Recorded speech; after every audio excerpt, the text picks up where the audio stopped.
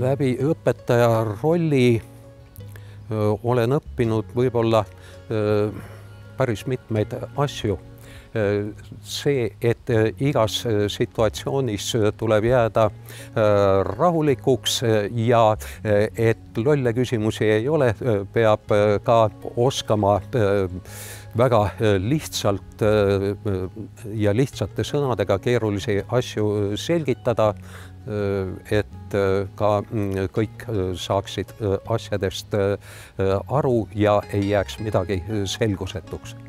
Põhiosas koolitused on kutseliste autojuhtidele mõeldud koolitused, seal on kogu Euroliidus kehtiv süsteem, 140-tunnine ametikoolitus ja järgnevalt siis on juhid kohustatud iga 5 aasta tagant läbima 35-tunnise koolituse.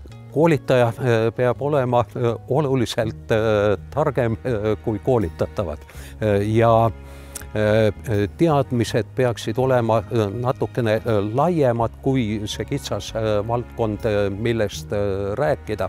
Seetõttu ma olen püüdnud pidevalt asjadega kursis olla ja seni ei ole tekkinud ka olukorda, kus jääks vastuse võlgu või kui on mingi väga spetsiifiline küsimus, siis on vähemalt teada, kust leida vastused ja need on ka saanud alati leida. Inimene peaks õppima ja täiendama end pidevalt, sest kogu elu on pidevas muutuses ja arengus ja et olla edukas, peaks olema nende muutustega kursis ja eriti näiteks autotranspordi valdkonnas ei möödu ühtegi aastat, kui mingit seadust või reeglistikku ei muudeta ja siiamaani ei ole veel olnud juhust, et midagi oleks lihtsamaks läinud. On järjest enam vinti peale keeratud.